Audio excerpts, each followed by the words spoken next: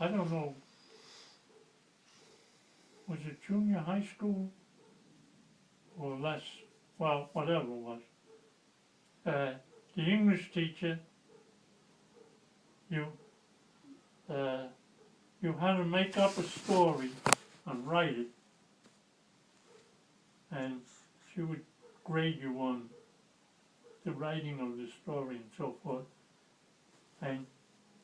But you had to go up from the class and tell the story, but not read it off what you wrote.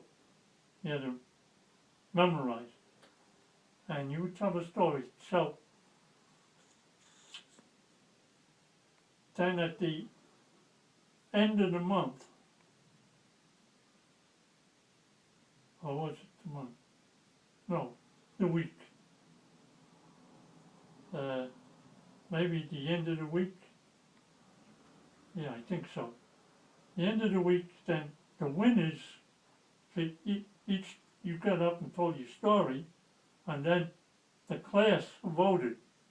Turn your back, they voted as who was best.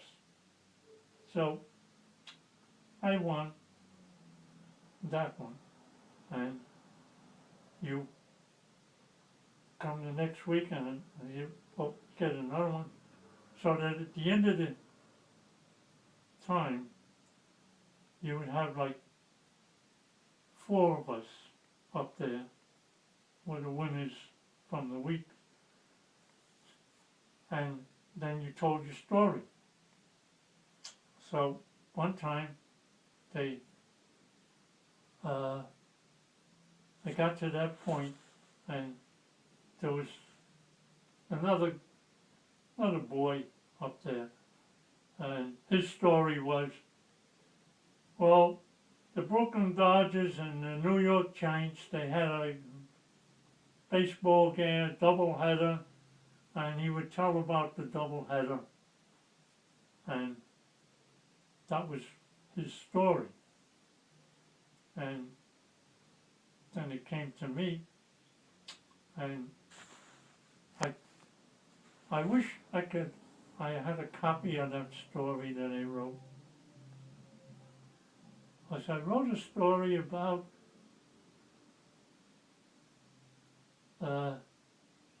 soldiers in World War One. They were good buddies, and I made up names and trying to make some funny names and other names, but then during the war, these men were in the trenches, and the bomb hit, and they were down in a place like that, and they all got killed, and I put a priest in there, and well, the priest came down and they found them, and everybody was sad because these men got killed, and I remember the ending. I said, so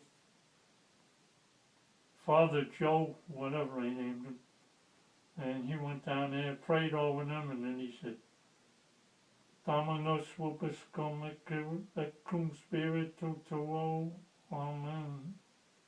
And that was it. That was the end of my story.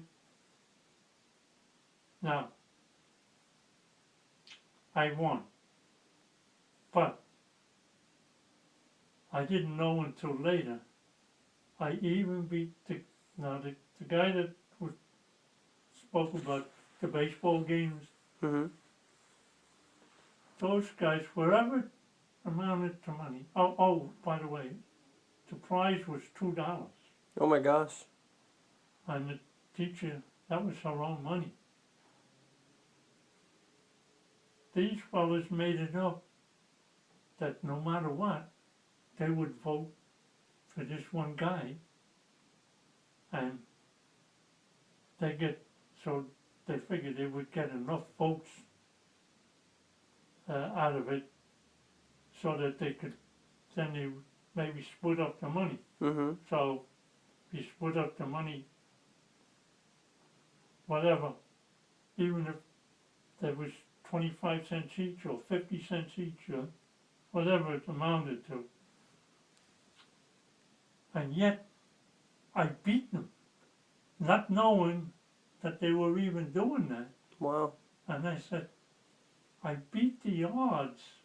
For one other boy in the class, he told me, he said, you know, when you finished that story, I had tears in my eyes, because it was sad. Mm-hmm.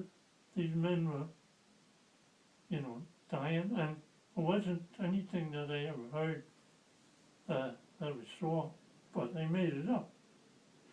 And I put the $2, I had an eyeglass case. I put it in the eyeglass case. When I brought it home, I gave it to my mother, and my two sisters were there. And I said to my mom, Mom, open the eyeglass case.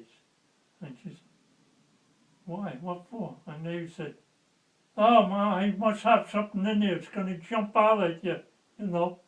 And she opened it up, and she said, where's this money come from? $2. And then I told her, I won the contest in the storytelling. And so I gave her the $2. So those days we didn't even think of holding on to the money. Mm-hmm. We just gave her the $2. So I said, but the big thing was I beat the system. That's right. The guys who had a plan to do that, and I beat them. And you know you're still giving away your $2. Yeah, Many times over. yeah. So that was